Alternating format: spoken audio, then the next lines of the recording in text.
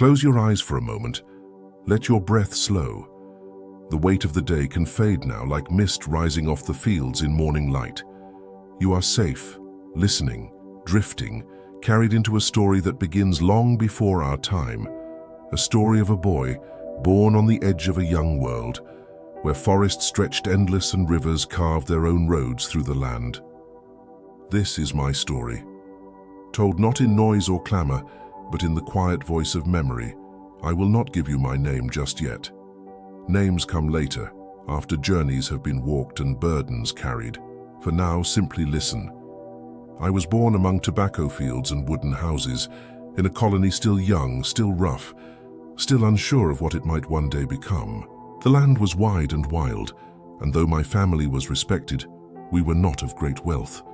My father worked the soil, and I, his son, grew beneath his watchful eyes until he was gone too soon. Death came quickly in those days, and when it came for him, it left behind a boy who was expected to grow into a man before he was ready. I learned early that life was not built on certainty. With his passing, the land that might have secured my future slipped away to elder brothers. What remained for me was not inheritance, but resolve. Some would have accepted a quiet life, tethered to the soil without ambition. But I could not. Something restless moved in me, something that whispered of a life beyond the fields, beyond the narrow horizon of the plantation. The forests called to me first, the rivers too. Their silence was not emptiness, but invitation. I became a surveyor, walking miles into lands few dared to tread, mapping the contours of valleys, the heights of ridges, the flow of streams. Compass in hand, I traced the bones of the earth. Each line I drew on paper was a line of independence, a way to carve my own place in a world that had not been given to me. Surveying was more than work. It was freedom. No master, no overseer, only the forest and me. Nights spent beneath stars so sharp they seemed alive. Mornings where mist rose from ground that no man had yet claimed. I was young, but I understood something then. This land was vast, untamed, and it would shape those bold enough to walk it. People saw me returning from those journeys, taller than my years, carrying myself with a steadiness born not from privilege, but from solitude. I had no great fortune, no great schooling, but I had resilience and I had hunger. Hunger not for food, but for meaning, for a life larger than the one expected of me. And yet, even in those years of quiet labor, shadows lingered. To walk the wilderness was to walk a contested world. The land I measured was claimed in words by kings across the sea, but lived upon by those who had no voice in such declarations. Whispers of conflict stirred at the edges of my maps, whispers of empires colliding, of nations pulling at the same soil. I did not yet know it, but the forests I walked would one day become battlefields, and the rivers I traced would run red with the cost of power. Still, I pressed on. I was a boy trying to carve a man's life, a second son without inheritance, making himself by hand and compass. The more I walked the land, the more I felt it shaping me. Broad shoulders from carrying chains and instruments, long stride from endless miles across ridges and valleys, patience carved into me by the slow work of measuring each acre. It was not glory, it was not fame, but it was foundation. And every foundation, no matter how humble, carries within it the weight of what will one day be built upon it. I remember one evening in particular, sitting by the fire after a long survey. The forest around me was silent, save for the crackle of flames and the distant call of an owl. I thought of my father then, of the land he had left behind, of the life I might have had if death had not claimed him. For a moment, bitterness stirred, but then it passed. I realized that what I had lost in inheritance, I had gained in independence. I was no man's shadow. My path would be mine alone. It is strange, looking back now, how those quiet years prepared me for storms I could not yet imagine. Each line drawn on a map was practice for strategy. Each long march across wilderness was rehearsal for campaigns yet to come. Each night spent in silence was training for the solitude of command.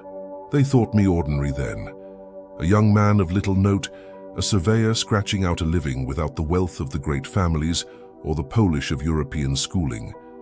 They could not see the fire that solitude had sparked. They could not know that in the silence of the wilderness, a leader was being shaped. But that is how power often begins, not with noise, not with thunder, but in obscurity, in patience, in work that seems small until its purpose is revealed. And my purpose was coming, not in the quiet of the forests, but in the roar of conflict that would soon spread across this land. A conflict that would test me, break me, and rebuild me into something more than I ever imagined. But that part of the story must wait. For now, remember this. Greatness rarely begins in comfort. It begins in loss, in silence, in work that no one notices. It begins with a boy holding a compass, staring at forests that seemed endless, and daring to believe that his life could stretch just as far. And mine would. Because the land was vast, the conflict was near, and the boy with no inheritance was about to be drawn into battles that would change not only him, but the very birth of a nation. The forests had a way of swallowing you whole. Days stretched long under the canopy, where sunlight barely pierced the green roof above. Nights pressed heavy with silence, broken only by the rustle of unseen creatures. To some, the wilderness was fear. To me, it was freedom. I was young, but already I had chosen a life few of my age would dare. Compass in hand, chain dragging behind, I walked the ridges and valleys of Virginia.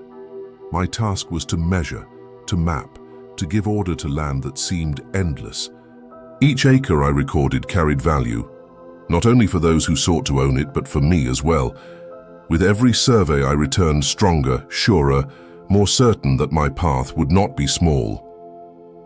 People did not think much of me at first. I had no inherited estate to secure my future. I had no schooling in England like the sons of wealthier families. What I carried instead was determination and a body hardened by work. My shoulders broadened under the weight of equipment. My stride lengthened from miles walked each day. My eyes grew keen, trained to read the slope of hills, the bend of rivers, the promise of fertile ground.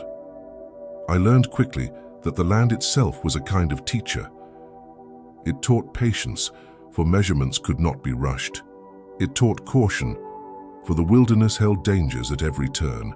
And it taught me resilience, for storms would come, floods would rise, and yet the work had to be done. Surveying also gave me something rarer than coin: independence. With each contract I was trusted to go alone or with a small party to record truth without bias. There was power in that trust, even if it seemed small at the time. Power to see the land before others claimed it. Power to shape how it would be divided, settled, controlled. I recall one journey deep into the Shenandoah Valley. The forests seemed unbroken, the rivers untamed. The settlers who followed us were wide-eyed, amazed at the breadth of the land, the richness of the soil. I measured and marked, but inside I thought of more than numbers. I thought of how such land could shape men, how freedom itself was rooted in the ability to claim and till one's own earth. It was a lesson I would carry long after the surveys ended. But surveying was not only about solitude, it was also about people. I met farmers seeking new beginnings, hunters pushing deeper into the frontier, traders who carried stories of distant places. And I met those who had lived on this land long before we arrived, who saw our chains and compasses not as tools of order, but as instruments of intrusion. To them, we were not explorers, but intruders. The forests they called home were being measured for others. These encounters left me uneasy. I was too young to grasp the full weight of what was happening, but I knew conflict lay beneath the surface. It was only a matter of time before maps turned into battlefields, and when that time came, I would not be spared. Still, I pressed forward. I had no choice. My livelihood depended on it, and more than that, my future demanded it. Each survey added to my reputation. Each contract brought me into contact with men of influence who began to notice my steadiness, my diligence, my hunger. They saw in me not just a boy with a compass, but a young man with discipline, with presence, with potential.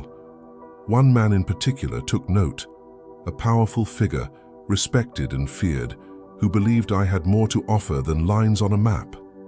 He introduced me to circles where decisions were made, where the colony's future was debated. I did not speak much in those rooms. I listened, I learned, and I realized that the world of politics, like the wilderness, was a terrain to be measured carefully step by step. It was around this time that I felt a restlessness growing. Surveying had given me independence, yes, but it also kept me at the edge of something greater. I had proven myself with maps and chains, but I hungered for more. I wanted to test myself not only against forests and rivers, but against men, against nations, against the storms of history itself. Opportunity arrived sooner than I expected. Whispers of conflict with the French spread through the colonies. Skirmishes broke out in the frontier lands I had once walked in peace. The wilderness I had mapped was now soaked with tension, ready to erupt into violence. And when the call came for men to step forward, for officers to lead, I did not hesitate. It was not arrogance that drove me. It was something deeper, a sense that the years of surveying had been preparation for this. I knew the land. I knew how to endure hardship, how to lead small groups through wilderness, how to keep discipline when exhaustion pressed down like a weight. While others doubted whether I was ready, I knew I had been preparing all along. The uniform they placed on my shoulders was not yet the symbol it would one day become. It was stiff, unfamiliar, but I wore it with quiet pride. The boy with no inheritance, the surveyor with only a compass, had stepped into command. But command is never simple. The wilderness that had once been my ally now became the stage for battle. And in that wilderness I would taste defeat as well as victory. I would learn lessons not from books or tutors, but from blood and fire, from failure and endurance. Those lessons would shape me more than any survey ever could. Because the wilderness was no longer only land to be measured, it had become the proving ground of nations. And mine would be tested first. When I first put on the uniform, it felt more like a costume than a calling. The fabric was stiff, the colors unfamiliar, the weight heavy on my shoulders. Yet inside me, something stirred. I had been a surveyor, a man of maps and chains, but now I carried something different: command. The wilderness I once measured in silence had become contested ground. The French pressed in from the north, their ambitions colliding with ours. Their forts, their traders, their soldiers crept deeper into valleys I had walked alone as a younger man. I knew the land better than many, and so I was chosen, not for experience in war but for knowledge of terrain. I was still young, but ambition burned bright in me. I believed, perhaps too strongly, that I was ready. That belief would soon be tested. The first taste of battle came suddenly, like a storm breaking over calm waters. My men and I stumbled upon a French encampment. The skirmish was brief, brutal, and decisive. Shots rang in the forest, smoke curled between trees, and within minutes the ground was littered with bodies. Among the dead lay a French officer of rank, his blood soaking into the earth of a wilderness that had once been mine alone. Victory, they called it. But in truth, it was the spark that ignited a war. What had been tension now roared into open conflict. I returned from that clash not as a surveyor who had served, but as a young officer whose actions had drawn the gaze of empires. The weight of that victory was heavier than I expected. Whispers spread quickly. Some praised my courage, others condemned my rashness. But whatever they thought, they could not ignore me now. Soon after, I found myself in command again, this time under banners larger than my own. A fort was to be built in the wilderness, a symbol of defiance against French claims. We named it hastily, built it quickly, defended it poorly. The walls were thin, the men inexperienced, the supplies scarce.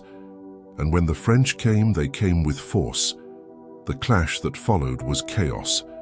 The fort crumbled beneath bombardment. Our lines broke under pressure, and I learned the bitter taste of retreat. Defeat is a cruel teacher, but it is an honest one. In those moments I saw my own flaws laid bare, my inexperience, my overconfidence, my belief that courage alone could carry the day. We surrendered that fort. I signed the papers myself, my hand trembling as I put ink to parchment. The words condemned us, shamed us, bound us to failure. And yet, even as the sting of defeat pressed hard, I knew this was not the end. Failure does not bury those who refuse to lie still. It shapes them, hardens them, teaches them lessons no victory ever could. From that day forward, I carried the memory of that surrender like a scar, not visible but etched deep within. Every command I would later hold, every strategy I would later shape, carried the shadow of that failure.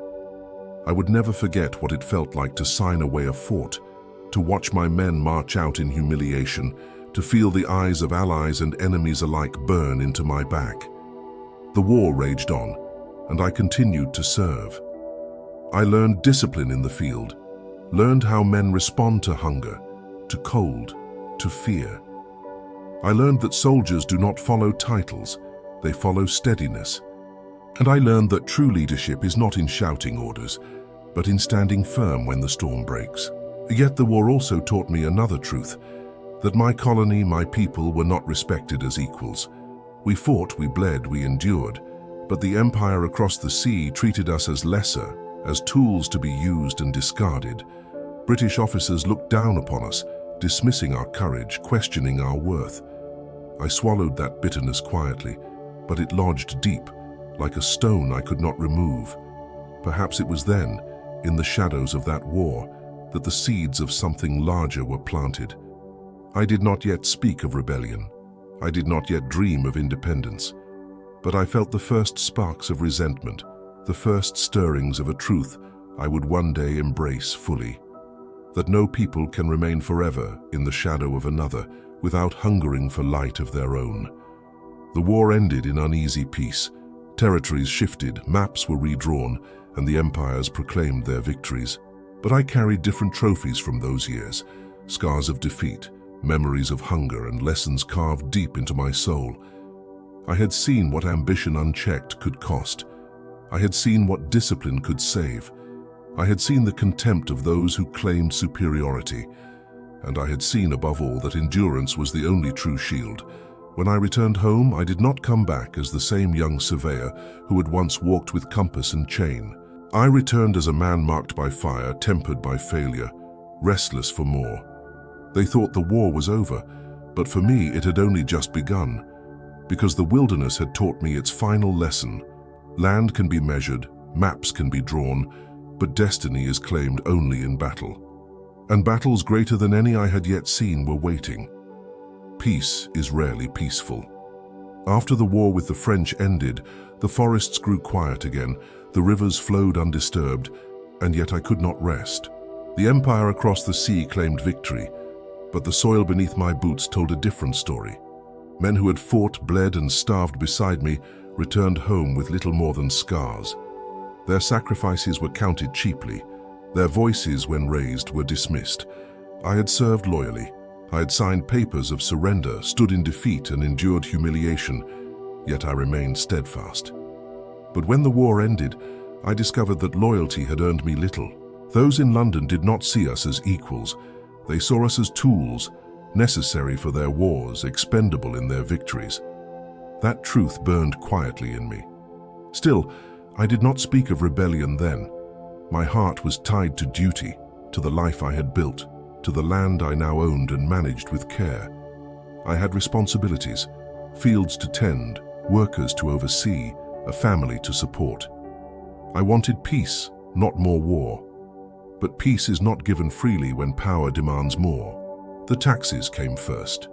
Duties, levies, stamps pressed upon us by men who had never set foot on this soil. They claimed it was to pay for our protection, but what protection did we truly have? Our voices carried no weight in the chambers where such decisions were made. We were bound by laws we did not write, burdened by debts we had not chosen.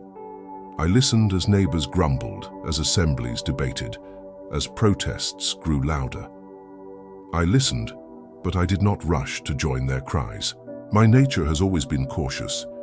I understood the cost of war too well to invite it lightly. I had seen men frozen in the snow, starving by empty fires. I had signed away forts, watched armies scatter. I knew too deeply that war was no glorious dream. And yet the tide pulled at me. Each year the measures grew harsher. Soldiers were quartered in our towns, merchants were harassed at docks, farmers saw their profits drained across the ocean. And when men gathered to protest, they were met not with reason but with steel. I tried to balance caution with conviction. I wore the uniform again when called, this time not against foreign rivals, but as a voice of discipline among my own. I urged restraint, patience, negotiation. But patience has limits, and when blood was spilled in Boston, I knew the line had been crossed. The cry for liberty spread like wildfire. Men spoke of rights, of representation, of freedom itself. They gathered in halls and fields, declaring that we could no longer be subjects of a distant king.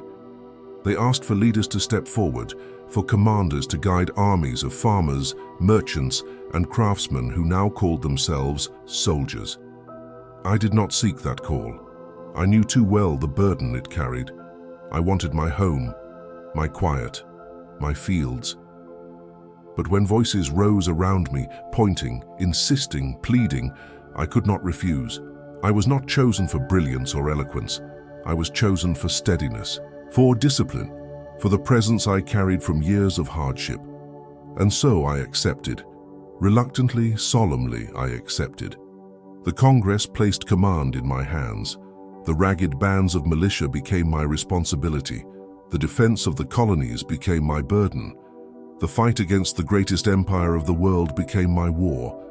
I remember that day with clarity. I stood before them in my uniform, not adorned with splendor, but plain, practical, meant for work. I spoke little, for words have never been my strength. I accepted not with triumph, but with gravity. And deep inside, I felt the weight of a truth I dared not speak. This war would consume me. And yet, I could not walk away. It is here, perhaps, that my name should be spoken at last. For history has bound it to this moment, to this choice, to this war. I am George Washington, not the boy in the fields, not the surveyor with compass in hand, not the officer who surrendered a fort. I am the commander of an army that barely exists, chosen to stand against the might of a king. Reluctant though I was, fate had placed the burden upon me, and once placed, I would not set it down. The first months of command were chaos. Men deserted, supplies vanished, promises of support dissolved into thin air. I rode among the camps, listening to the complaints of soldiers who had no shoes, no coats, no food. I stood before men who marched barefoot through snow, their tracks marked with blood.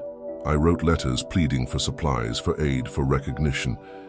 And when little came, I endured with them, silent, steady, unwilling to let despair break me. Discipline became my weapon. Not muskets, not cannons, but discipline. I drilled men who had never held rifles. I punished desertion. I demanded order from chaos. It was slow, painful, often thankless. But slowly the army began to resemble an army. Slowly the men began to see me not only as a commander, but as their anchor. I did not promise them victory. I promised them endurance. And in that endurance we found our strength, but victory was far away, and defeat was near at every turn. The empire pressed upon us with seasoned troops, endless resources, and unbroken confidence. Our forces scattered, our cities burned, our resolve tested. Many believed the cause was doomed, that resistance would collapse, that the dream of freedom would fade before it had begun. I knew despair as well. In nights alone by dim firelight, I questioned whether I had been foolish to accept this burden. I thought of my home, my family, the peace I had left behind. But each morning, I rose again, mounted my horse, and stood before my soldiers. For a commander cannot show despair even if he feels it. And so I endured, and through endurance, they endured with me. This was no longer about me. This was about something larger. It was about men who believed their lives should not be dictated by a distant crown. It was about land that deserved to be free. It was about a nation not yet born, struggling in the pain of its birth. and I, reluctant though I was, had become its midwife. Command is often imagined as glory, banners waving, men cheering, victories etched in stone. But the truth I carried was far harsher. Command was hunger. Command was exhaustion.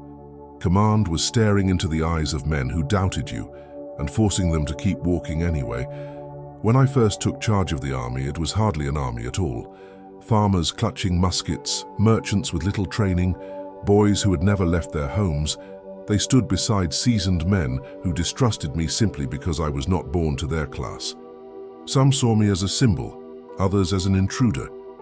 Few believed we could stand against the empire's might. Discipline was thin, supplies thinner still. Muskets misfired, powder ran short, and clothing was so scarce that many marched barefoot. I saw men wrap rags around their feet in snow, leaving crimson stains behind them. I saw soldiers melt away in the night, deserting not out of cowardice, but out of hunger. And yet, I could not abandon them. Each day I rode the lines. I spoke little, words are fleeting, but I made myself seen. I stood in the mud with them. I sat by their fires when they had little to eat. I walked among the sick, the wounded, the weary. I knew that if they saw me endure with them, they might endure one day longer, and one day longer could mean survival. Still, betrayal haunted us. Some officers plotted behind my back, whispering that I was unfit, that I was too cautious, that I should be replaced by men of greater birth or swifter ambition. They wrote letters against me, sought to erode my command.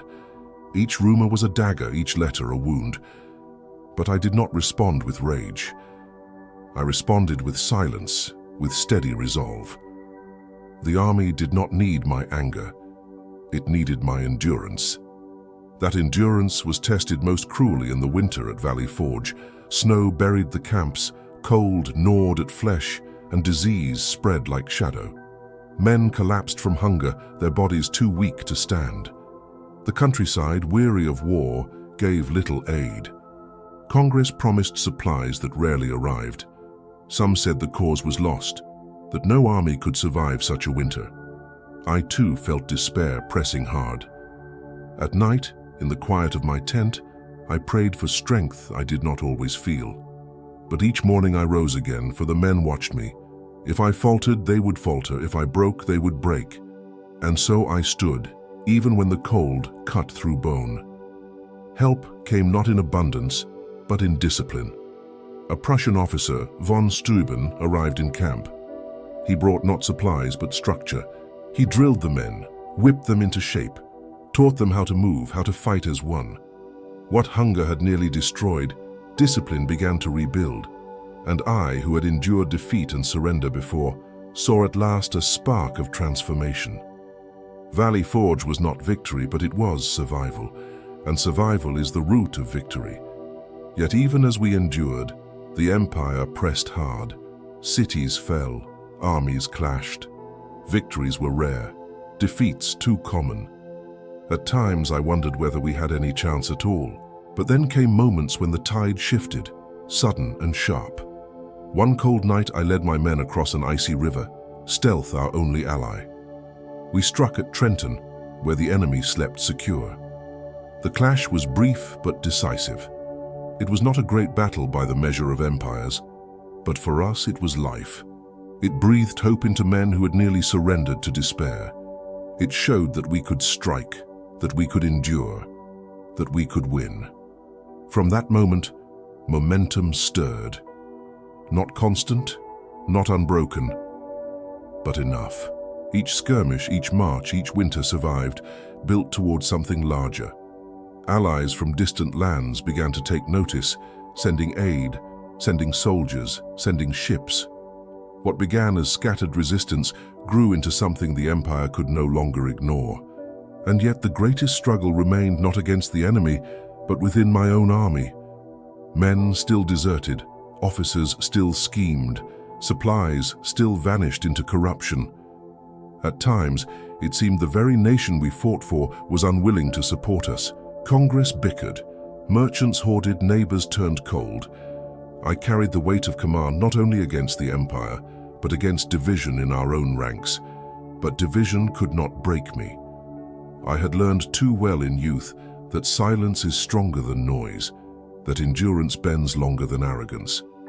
I did not shout, I did not plead, I stood firm. I reminded them that this cause was not mine alone, nor theirs alone, but the cause of generations yet unborn. And slowly, they began to believe. Not all, never all, but enough. Enough to march another mile. Enough to fight another battle.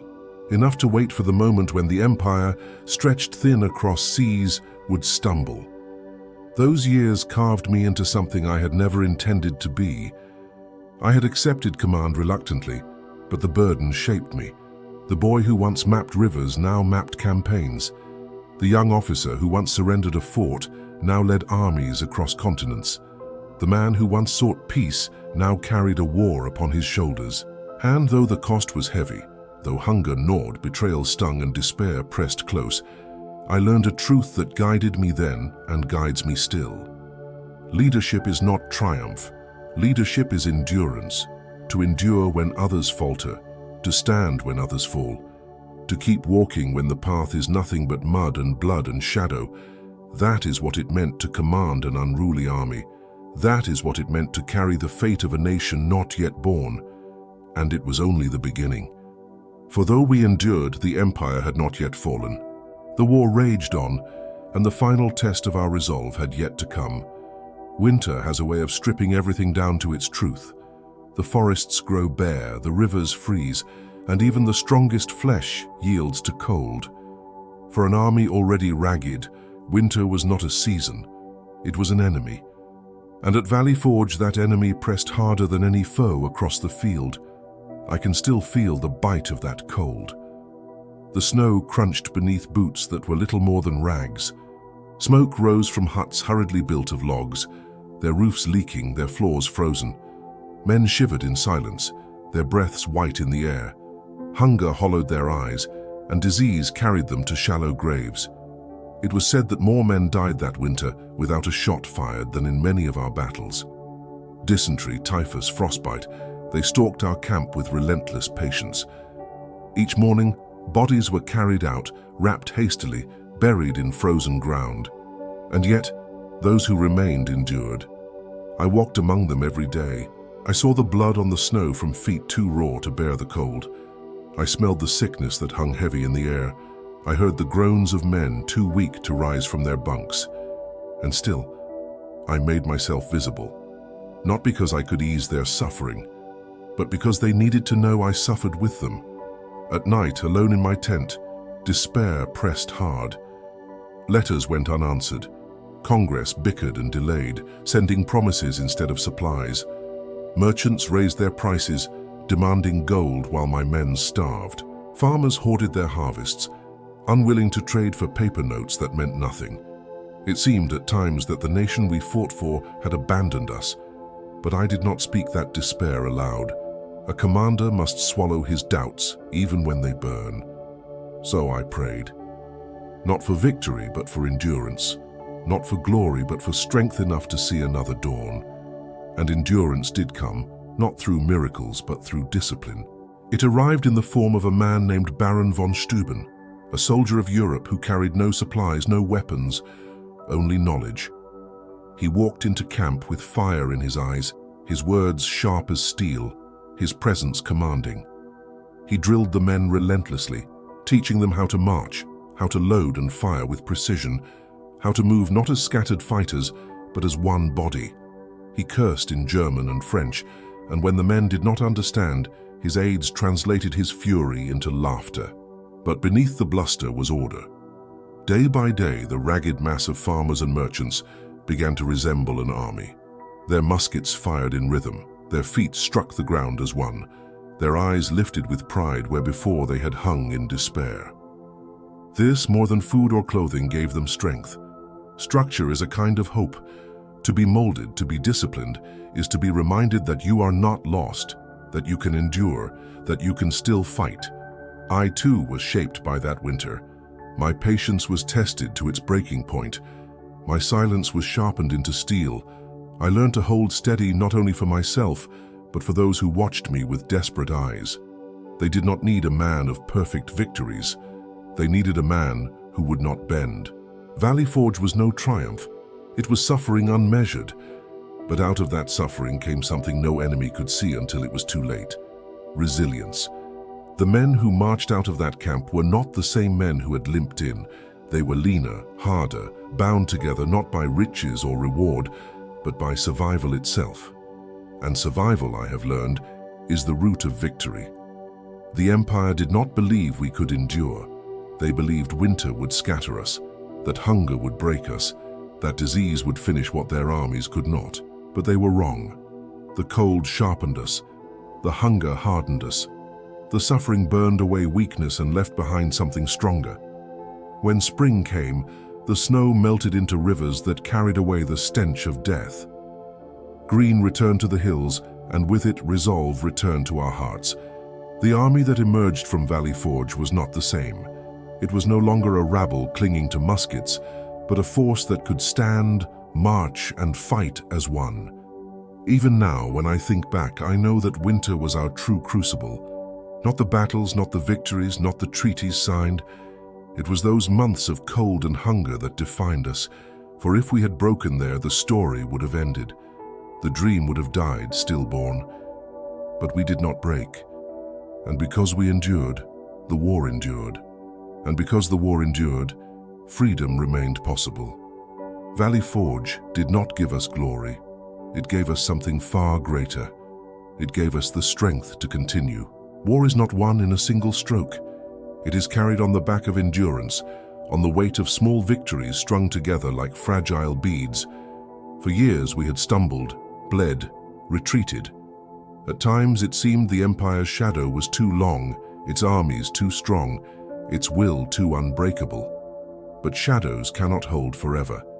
Even the strongest empire falters when pressed by hunger, distance, and the quiet, relentless resolve of those who refuse to yield. Our chance came in moments that seemed at first too small to matter. One such night came in December, when the world believed us finished. Our men were weary, supplies low, spirits near collapse. The river lay before us, wide and frozen, the enemy secure in their winter quarters beyond. Many thought the campaign was done, that winter would bury us as it had tried to before. But I could not accept that. Defeat in battle is survivable. Defeat in spirit is not. So we marched to the river under cover of darkness. Ice cracked beneath the weight of boats. Snow whipped our faces. Men clutched muskets to their chests, teeth clenched against the cold. Every sound seemed a warning, every moment a chance for disaster. And yet we crossed. Hour by hour, we ferried men, horses, cannon across a river that seemed determined to swallow us whole. When dawn came, we struck at Trenton. The enemy, unprepared, collapsed before us. It was not a grand victory by the measure of empires, but for us, it was rebirth. The men cheered, their hearts lifted, their eyes bright again. We had proven not only to the enemy, but to ourselves that we could still fight, still strike, still win. That day did not end the war, but it changed its course. From despair, hope rose. From retreat, momentum stirred. More battles followed. Some won, many lost. Each carried its price, each taught its lessons. I learned that courage was not the absence of fear, but the mastery of it. I learned that soldiers will endure hunger if they believe in tomorrow. I learned that patience can break even the strongest enemy if it is carried long enough. And then came alliances. Across the ocean, others began to see us not as rebels doomed to fail, but as a cause that might endure. Aid came, ships came, men came. France, once a distant rival, became an ally. Their fleets cut across seas, their gold filled our coffers, their soldiers stood beside ours in fields of battle. What began as a lonely struggle became a war shared by nations. But still, the empire pressed. Battles raged across valleys, cities burned, fields lay wasted. Each year demanded more, and each year I felt the weight of command grow heavier. Yet I held steady. For the men did not need brilliance, They needed endurance, and endurance I could give. At last, after years of struggle, the moment of decision came at Yorktown. The enemy, stretched thin, had entrenched themselves by the sea. Their supplies dwindled, their ships awaited relief. We marched hard, moving with secrecy, striking when they least expected. The French fleet cut off their escape by water, and together we closed the noose. The siege was brutal. Cannon fire thundered day and night, tearing earth and flesh alike. The air was thick with smoke, the ground trembling with each blast. I walked the lines, watching men dig trenches, load guns, fire into the walls of the enemy's fortress. The days stretched long, but hope carried us. For the first time we saw the empire not as invincible, but as cornered prey. And then, the unthinkable happened. The enemy surrendered. Their banners lowered, their weapons stacked. Their soldiers marched out in silence. I stood there silent, steady, watching as one of the greatest armies in the world bowed to a force they had once dismissed as nothing more than ragged rebels. My heart did not leap, my lips did not smile, for I knew the cost, and I knew the war was not yet truly over. But I also knew this: the tide had turned, and it would not turn back. Yorktown was not only a victory of armies, it was proof that endurance had carried us where brilliance alone could not. It was proof that patience, discipline, and resolve could break even the strongest chains. When I looked at my men, their faces gaunt, their uniforms tattered, their bodies scarred, I saw not weakness, but triumph. They had endured everything an empire could throw at them, and they had not broken. That was victory enough. The war dragged on in shadows and treaties, but the truth had already been written. The empire's grip had slipped. A new nation, fragile but unyielding, was being born. And I, who once only measured rivers and forests, had become midwife to its birth. But birth is only the beginning. Nations, like armies, must be disciplined, guided, protected. And once the war was won, another burden would fall upon me, a burden heavier than battle, heavier than command, the burden of peace.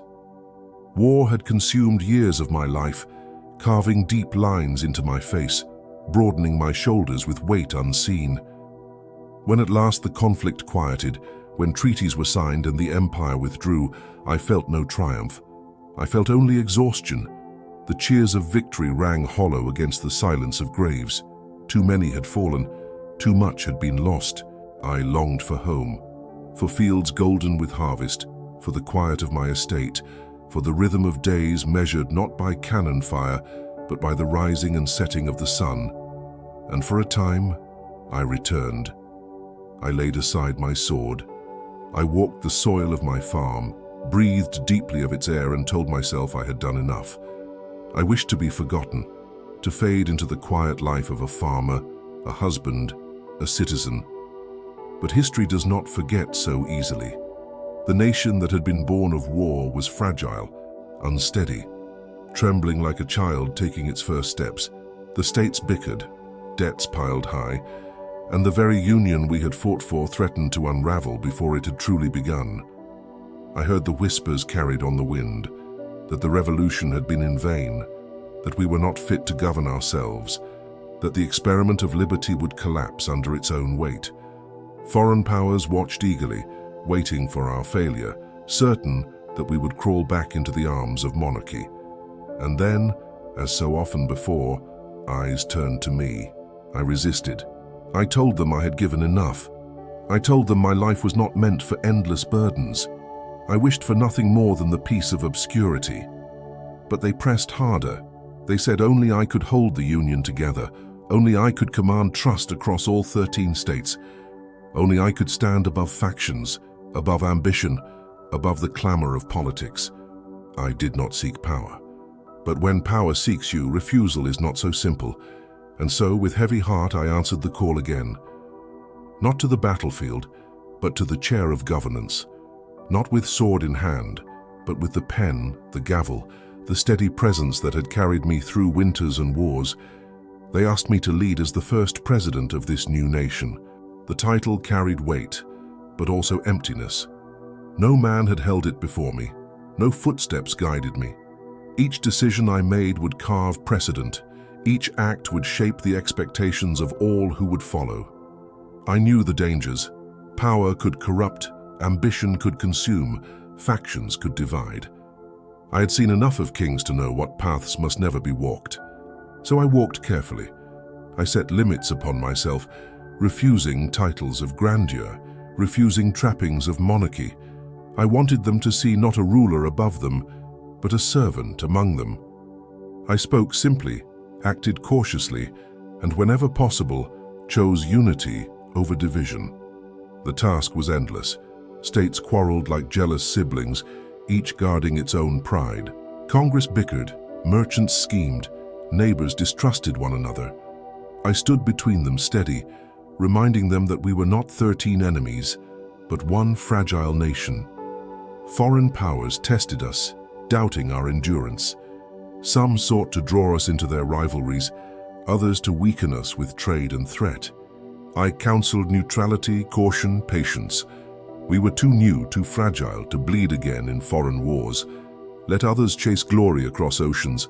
Our task was survival at home. And yet, even as I bore these burdens, I refused permanence. From the moment I took office, I knew I must one day lay it down. A leader who clings too long to power becomes the very thing he once opposed. So I set the example myself. I made it clear that this office was not a throne but a trust, that it would be passed, not seized, that liberty demands rotation, not permanence. In time, when my second term ended, I stood before the nation and stepped aside. Many urged me to remain, to hold the seat until my death, but I would not. For what we had fought for was not the rise of one man, but the rise of a people, and to ensure that I had to show that leadership could end willingly. That farewell was harder than any battle I had fought, for it meant letting go of the power I had carried so long, of the burden that had defined me. But it also meant freedom, not for me, but for the nation. Freedom to prove that it could endure without me. And so once again I returned to my fields. Once again I walked the soil of my estate, breathing deeply of its air. And for a brief time, I believed I had truly left the stage. But history does not release so easily the men it binds. Even in retirement, my name was whispered, invoked, remembered. I had become not only a man, but a symbol of endurance, of restraint, of leadership, chosen reluctantly, but carried faithfully. I never sought to be remembered. I sought only to endure, to serve when called, to return when dismissed. But in that very refusal of ambition, I became something greater than ambition could ever make me. I became the standard by which others would be measured. When I accepted the role of president, I did so with reluctance heavy in my chest. I had not fought a war to crown myself king, nor had I endured winters of hunger to sit upon a throne. Yet I knew that without structure, without example, the fragile experiment we had birthed would collapse into chaos. The old order of monarchy still haunted the world, and I was determined that this new nation would not repeat its chains. Every step I took was measured, for each step left a mark that others would follow. When I entered office, there were no rules, no customs, no path worn by time. My choices became the blueprint. How I addressed the people, how I spoke to Congress, how I carried myself in public, all of it became precedent. I was careful to choose modesty over grandeur, simplicity over splendor. I refused titles of majesty, refused trappings that smelled of monarchy. They called me Mr. President, nothing more, nothing less. I kept my distance from factions, though they grew like weeds. Men argued bitterly, dividing into groups that would one day bear the names of parties. Each pulled at the fabric of unity we had fought so hard to weave. Some demanded swift change, others clung to old ties. I stood between them, steady, urging compromise, reminding them that division would destroy us before enemies abroad ever could. Foreign powers watched closely. Europe's monarchs expected our failure. They predicted civil war, collapse, the return of colonial submission. Some sought to lure us into their quarrels, others to weaken us with trade and diplomacy. I counseled caution. We were not ready for entanglement. We had too much to build at home. Neutrality became my shield, not from cowardice but from necessity. At times, this neutrality angered my own people. They wished to rush into alliances, to join foreign struggles, to prove themselves on the world stage. I reminded them that greatness is not built in haste. Our foundation was still wet, our walls still unsteady. To rush into war again would be to tear down what little we had built. I also refused permanence. Twice I was chosen, twice I served, and twice I laid it down. Some begged me to remain, to rule until death, but I knew too well the dangers of power that clings too tightly. If I remained, others would believe the office was meant to last for life. They would see in me a king in all but name, and so I chose instead to leave. To show that leadership can end willingly, that power belongs not to one man but to the people themselves. The day I announced my farewell, I felt a weight both lift and press harder. Lift, because the burden I had carried so long was finally ending. Press, because I knew what my departure meant. The nation would walk alone, without my hand upon its shoulder. But that was the very lesson it needed, to survive without me. I spoke then not of triumph, but of warning. I told them to beware of factions, for they would tear at unity. I told them to beware of entangling alliances, for foreign powers would use them to drag us into ruin. I told them to guard liberty with vigilance, for it is easily lost. Some listened, others did not, but my duty was done. As I stepped down, I looked back upon what we had built. It was imperfect, fragile, uncertain, yet it was real. A republic, born from endurance, guided by restraint, held together not by force but by consent. No king, no throne, no crown. Something the world had rarely seen. And I, who had once been a boy with no inheritance, had helped carve it into existence. Not as ruler but as servant. Not as monarch but as president. That was the break with the old order. Not in battles alone, not in treaties signed, but in the simple act of walking away from power when I could have held it. For power that is willingly surrendered is the truest proof of liberty. And in that surrender, a nation found its future. Every story, no matter how rooted in the past, presses forward into the present. Mine is no exception. I have spoken of wilderness and war, of hunger and endurance, of command carried reluctantly. But this tale is not only about one man, nor about battles long since ended. It is about truths that remain as steady as the stars, truths that still belong to you as you listen now. For what is leadership, if not the art of restraint?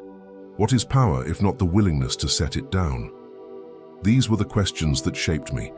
They are questions that still echo, even in your world, where leaders rise and fall with dizzying speed, where ambition often burns hotter than wisdom. I learned early that endurance is stronger than brilliance. I was no scholar of renown, no orator to dazzle crowds. I was not the wealthiest, nor the most gifted. What I carried instead was steadiness, the ability to endure when others faltered, to stand when others fell, to walk forward when the path was nothing but mud and snow. And in that endurance, I found strength enough to hold armies together, strength enough to steady a nation newly born. Perhaps you too know something of endurance. Perhaps you have carried burdens that seemed unbearable, faced moments when the world whispered you were finished, endured winters of the soul where every step felt too heavy. If so, then you understand that the truest strength lies not in never stumbling, but in refusing to stay down when you do. I also learned that restraint is as powerful as action. I could have clung to power, could have ruled until death, could have set myself above the people I had fought beside. Many expected me to do so, yet I chose to step aside, to surrender authority willingly. That act, more than any victory, gave life to liberty. For freedom is not measured by battles won, but by power restrained. Think of your own life. There will be moments when ambition tempts you to overreach, when pride urges you to hold too tightly, when fear whispers that letting go means weakness. Remember this, restraint is not weakness, it is wisdom. To walk away from what you could have kept, to leave space for others, to trust that what you built will endure without your hand, that is the truest mark of strength. And there is one more lesson, perhaps the hardest of all: humility. I never sought glory, though it came unasked. I never sought to be remembered, though memory clings to me still. I sought only to serve when called and to return when dismissed. And in that I found something greater than glory. Peace. Your world is louder than mine ever was. Noise surrounds you, demanding attention, pulling at your thoughts. It is easy to believe that only the loudest voices matter, that only constant motion leads to success. But listen carefully. Silence has power still. Humility has weight still. Endurance, patience, restraint, these remain the cornerstones of true strength, even when the world forgets. So, as you drift now into rest, let these lessons settle into you. Let them remind you that you need not be brilliant to matter. You need not be powerful to endure. You need not cling to every opportunity to prove your worth. Strength is not always in holding on. Sometimes it is in letting go. Breathe deeply now.